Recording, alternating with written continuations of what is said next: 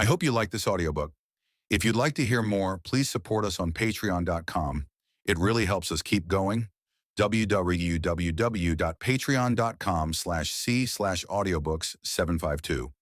Thank you, and I invite you to listen the other books I have recorded. Also, please subscribe to my channel and activate the notifications so you will be the first to know when we publish a new book. The horrible. The shadows of a balmy night were slowly falling. The women remained in the drawing room of the villa. The men, seated or astride of garden chairs, were smoking outside the door of the house around a table laden with cups and liqueur glasses. Their lighted cigars shone like eyes in the darkness, which was gradually becoming more dense. They had been talking about a frightful accident which had occurred the night before. 2 men and 3 women drowned in the river before the eyes of the guests. General de Gien remarked, "Yes, these things are affecting, but they are not horrible." Horrible, that well-known word, means much more than terrible. A frightful accident like this affects, upsets, terrifies. It does not horrify. In order that we should experience horror, something more is needed than emotion, something more than the spectacle of a dreadful death. There must be a shuddering sense of mystery or a sensation of abnormal terror more than natural. A man who dies, even under the most tragic circumstances, does not excite horror. A field of battle is not horrible. Blood is not horrible. The vilest crimes are rarely horrible. Here are 2 personal examples which have shown me what is the meaning of horror. It was during the War of 1870. We were retreating toward Pont-Audemer after having passed through Rouen. The army, consisting of about 20,000 men, 20,000 routed men, disbanded, demoralized, exhausted, were going to disband at Havre. The earth was covered with snow. The night was falling. They had not eaten anything since the day before. They were fleeing rapidly, the Prussians not being far off. All the Norman country, somber, dotted with the shadows of the trees surrounding the farms, stretched out beneath a black, heavy, threatening sky. Nothing else could be heard in the wan twilight but the confused sound, undefined though rapid, of a marching throng, an endless tramping, mingled with the vague clink of tin bowls or swords. The men, bent, round-shouldered, dirty, in many cases even in rags, dragged themselves along, hurried through the snow with a long, broken-backed stride. The skin of their hands froze to the butt ends of their muskets, for it was freezing hard that night. I frequently saw a little soldier take off his shoes in order to walk barefoot, as his shoes hurt his weary feet, and at every step he left a track of blood. Then, after some time, he would sit down in a field for a few minutes' rest, and he never got up again. Every man who sat down was a dead man. Should we have left behind us those poor, exhausted soldiers who fondly counted on being able to start afresh as soon as they had somewhat refreshed their stiffened legs? But scarcely had they ceased to move, and to make their almost frozen blood circulate in their veins, then an unconquerable torpor congealed them, nailed them to the ground, closed their eyes, and paralyzed in 1 second this overworked human mechanism. And they gradually sank down, their foreheads on their knees, without, however, falling over, for their loins and their limbs became as hard and immovable as wood, impossible to bend or to stand upright. And the rest of us, more robust, kept straggling on, chilled to the marrow, advancing by a kind of inertia through the night, through the snow, through that cold and deadly country, crushed by pain, by defeat, by despair, above all, overcome by the abominable sensation of abandonment, of the end, of death, of nothingness. I saw 2 gendarmes holding by the arm a curious-looking little man, old, beardless, of truly surprising aspect. They were looking for an officer, believing that they had caught a spy. The word spy at once spread through the midst of the stragglers, and they gathered in a group around the prisoner. A voice exclaimed, "He must be shot." And all these soldiers who were falling from utter prostration, only holding themselves on their feet by leaning on their guns, felt all of a sudden that thrill of furious and bestial anger which urges on a mob to massacre. I wanted to speak. I was at that time in command of a battalion, but they no longer recognized the authority of their commanding officers. They would even have shot me. One of the gendarmes said, "He has been following us for the 3 last days. He has been asking information from everyone about the artillery." I took it on myself to question this person. "What are you doing? What do you want? Why are you accompanying the army?" He stammered out some words in some unintelligible dialect. He was indeed a strange being, with narrow shoulders, a sly look, and such an agitated air in my presence that I really no longer doubted that he was a spy. He seemed very aged and feeble. He kept looking at me from under his eyes with a humble, stupid, crafty air. The men all around us exclaimed, "To the wall! To the wall!" I said to the gendarmes, "Will you be responsible for the prisoner?" I had not ceased speaking when a terrible shove threw me on my back, and in a second I saw the man seized by the furious soldiers, thrown down, struck, dragged along the side of the road, and flung against a tree. He fell in the snow, nearly dead already, and immediately they shot him. The soldiers fired at him, reloaded their guns, fired again with the desperate energy of brutes.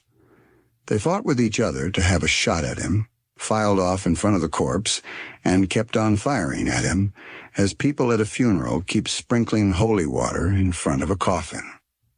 But suddenly a cry arose of "The Prussians! The Prussians!" And all along the horizon I heard the great noise of this panic-stricken army in full flight. A panic, the result of these shots fired at this vagabond, had filled his very executioners with terror, and without realizing that they were themselves the originators of the scare, they fled and disappeared in the darkness. I remained alone with the corpse, except for the 2 gendarmes whose duty compelled them to stay with me. They lifted up the riddled mass of bruised and bleeding flesh. "He must be searched," I said, and I handed them a box of taper matches which I had in my pocket. One of the soldiers had another box. I was standing between the 2.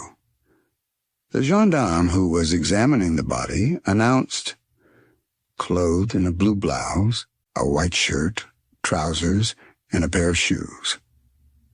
The first match went out. We lighted a second. The man continued as he turned out his pockets.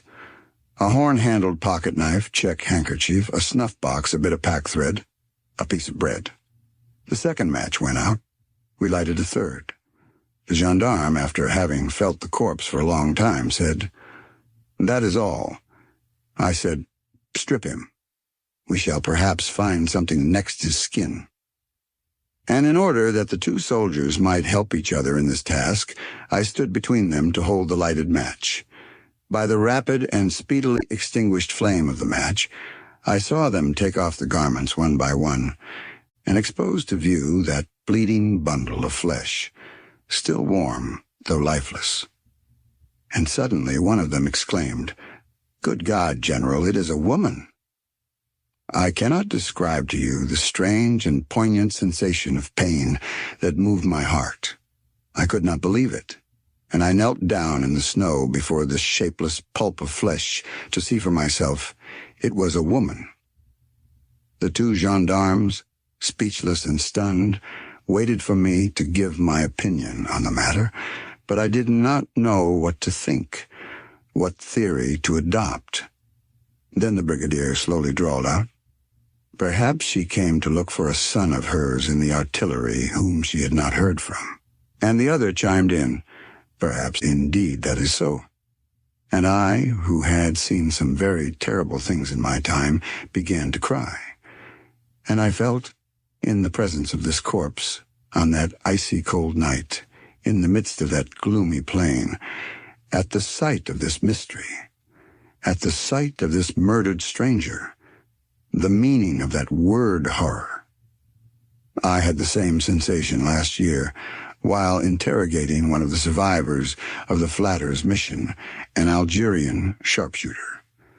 You know the details of that atrocious drama. It is possible, however, that you are unacquainted with one of them. The colonel traveled through the desert into the Sudan and passed through the immense territory of the Tuaregs, who in that great ocean of sand which stretches from the Atlantic to Egypt and from the Sudan to Algeria are a kind of pirates, resembling those who ravaged the seas in former days.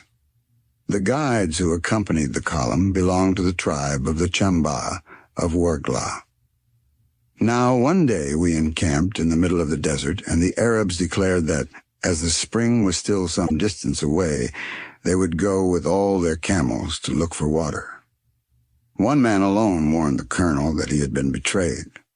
Flatters did not believe this and accompanied the convoy with the engineers, the doctors, and nearly all his officers. They were massacred round the spring, and all the camels were captured. The captain of the Arab intelligence department at Ouargla, who had remained in the camp, took command of the survivors, spahis and sharpshooters, and they began to retreat, leaving behind them the baggage and provisions for want of camels to carry them. Then they started on their journey through this solitude without shade and boundless, beneath the devouring sun which burned them from morning till night. One tribe came to tender its submission and brought dates as a tribute. The dates were poison. Nearly all the Frenchmen died, and among them the last officer. There now only remained a few spahis with their quartermaster, Maupassant, and some native sharpshooters of the Chamba tribe. They had still 2 camels left. They disappeared one night, along with 2 Arabs. Then the survivors understood that they would be obliged to eat each other, and as soon as they discovered the flight of the 2 men with the 2 camels, those who remained separated and proceeded to march one by one through the soft sand, under the glare of a scorching sun, at a distance of more than a gunshot from each other. So they went on all day, and when they reached a spring, each of them came to drink at it in turn as soon as each solitary marcher had moved forward the number of yards arranged upon. And thus they continued marching the whole day, raising everywhere they passed in that level, burnt-up expanse those little columns of dust which from a distance indicate those who are trudging through the desert. But one morning one of the travelers suddenly turned round and approached the man behind him, and they all stopped to look. The man toward whom the famished soldier drew near did not flee, but lay flat on the ground and took aim at the one who was coming toward him. When he believed he was within gunshot, he fired. The other was not hit, and he continued then to advance, and leveling his gun in turn, he killed his comrade.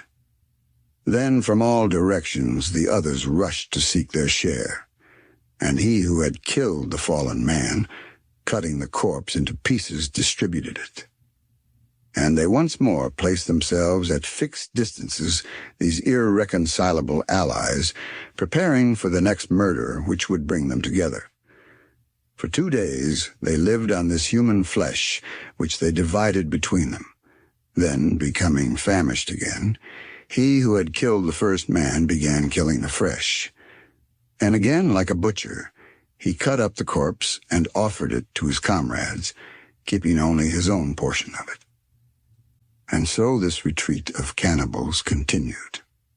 The last Frenchman, Maupassant, was massacred at the side of a well the very night before the supplies arrived. Do you understand now what I mean by the horrible? This was the story told us a few nights ago by General de Joca. I hope you like this audiobook. If you'd like to hear more, please support us on patreon.com. It really helps us keep going. www.patreon.com/c/audiobooks752. Thank you, and I invite you to listen the other books I have recorded. Also, please subscribe to my channel and activate the notifications so you will be the first to know when we publish a new book.